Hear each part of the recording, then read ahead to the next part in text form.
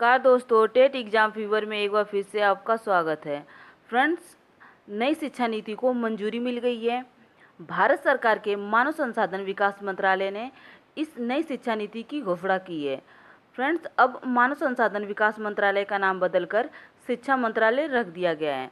Friends, अब आने वाले समय में इस शिक्षा नीति का हमारे जीवन पर क्या प्रभाव पड़ेगा, शिक्षकों की भर्ती पर क्या प्रभाव पड़ेगा, इसके बारे में हम लोग इस वीडियो में जानेंगे।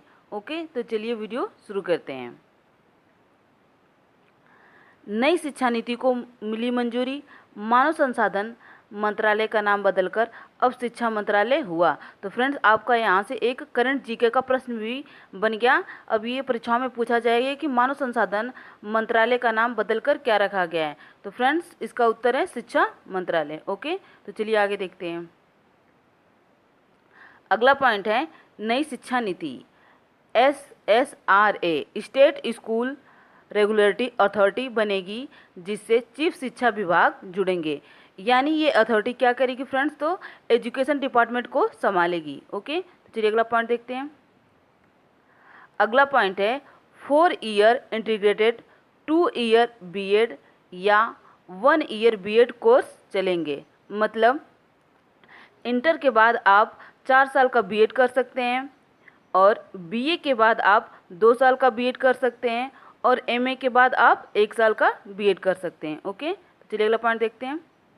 फ्रेंड्स, अगला पॉइंट है ECCE early childhood care and education के अंतर्गत प्री प्राइमरी शिक्षा को मिलेगा बढ़ावा, जिसमें आंगनवाड़ी और स्कूल के माध्यम से बच्चों को अच्छी शिक्षा दी जाएगी। फ्रेंड्स, यहाँ पे बात की जा रही है कि बालक जो बच्चे प्राथमिक स्कूल जाने से पहले जो शिक्षा ग्रहण करता है, यहाँ पे उसकी बात हो रही है। इसमें आंगनवाड़ी के माध्यम से बालकों को अच्छी शिक्षा दी जाएगी। ओके, तो चलिए अगला पॉइंट देखते हैं। अगला पॉइंट है टेट लागू होगा अब टू सेकेंडरी लेवल। मतलब यानी कक्षा 12 तक के ये जो टीजीटी पीजीटी की भर्तियां होती थी, अब इसमें भी आपको टेट देखने को मिलेगा। तो फ्रेंड्स, जो भी लोग बीएड बीटीसी या पोस्ट ग्रेजुएट हैं, अब जहां तक फ्रेंड्स अब ये होगा कि टेट जो है वो 4 प्रकार का होगा।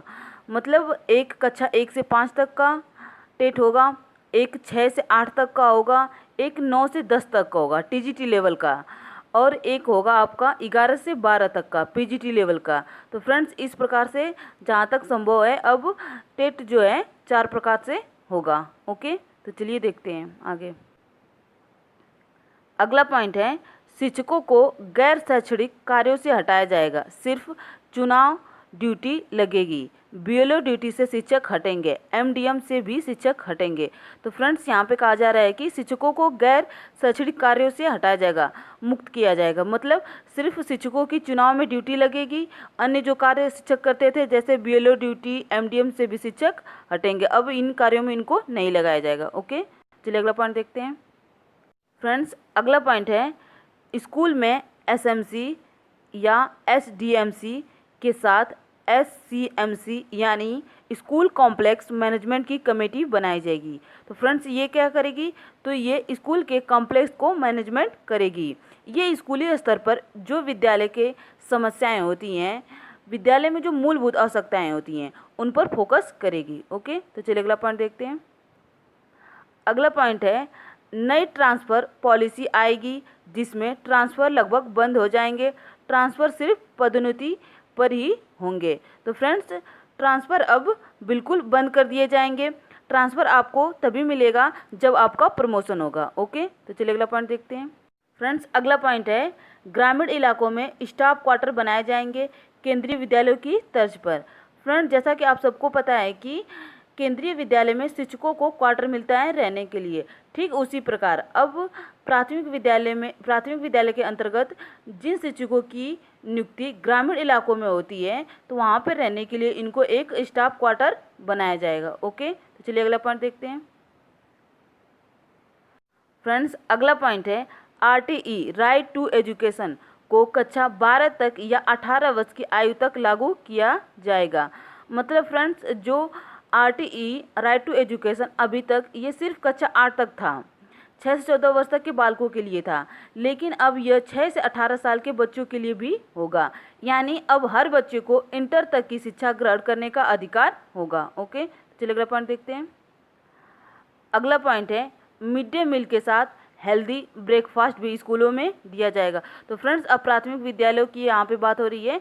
प्राथमिक विद्यालयों में मिड डे मील में हेल्दी ब्रेकफास्ट दिया जाएगा। ओके, चलिए अगला पॉइंट देखते हैं। फ्रेंड्स, अगला पॉइंट है 3 लैंग्वेज बेस्ड स्कूली शिक्षा होगी। मतलब अब जो स्कूली शिक्षा है 12 तक की जो शिक्षा है, इसमें आप 3 लैंग्वेज बेस्ड होंगे। यानी अभी तक आप केवल 2 ही भाषा, या तो हिंदी अंग्रेजी या हिंदी संस्कृत या हिंदी उर्दू ले सकते थे, लेकिन अब आपको 3 लैंग्वेज बेस्ड लर्निंग दी जाएगी। ओके, तो चलिए आगे देखते हैं। अगला पॉइंट है फॉरेन लैंग्वेज कोर्स भी स्कूल में शुरू होंगे। ओके, अगला पॉइंट है फ्रेंड्स, अगला पॉइंट है विज्ञान और गणित को बढ़ावा दिया जाएगा। मतलब अब स्कूलों में विज्ञान और गणित पर ज़्यादा फोकस किया जाएगा। ओके, चलिए अगला पॉइंट देखते हैं। फ्रेंड्स, अगला पॉइंट है स्थानीय भाषा भी शिक्षा का माध्यम होगी। मतलब 5वीं तक की पढ़ाई मातृभाषा में होगी। आप अपनी राष्ट्रभाषा या लोकल भाषा में भी पढ़ाई कर पाएंगे। ओके, तो फ्रेंड्स, ये थी न्यू एजुकेशन पॉलिसी। तो फ्रेंड्स, इस एजुकेशन पॉलिसी के माध्यम से अब स्कूलों में पढ़ाई की जाएगी, शिक्षा दिया जाएगा। ओके, तो फ्रेंड्स, यदि आपको ये वीडियो पसंद आती है तो प्लीज़ ज़्यादा से ज़्यादा लाइक, शेयर और सब्सक्राइब कीजिएगा। धन्यवाद।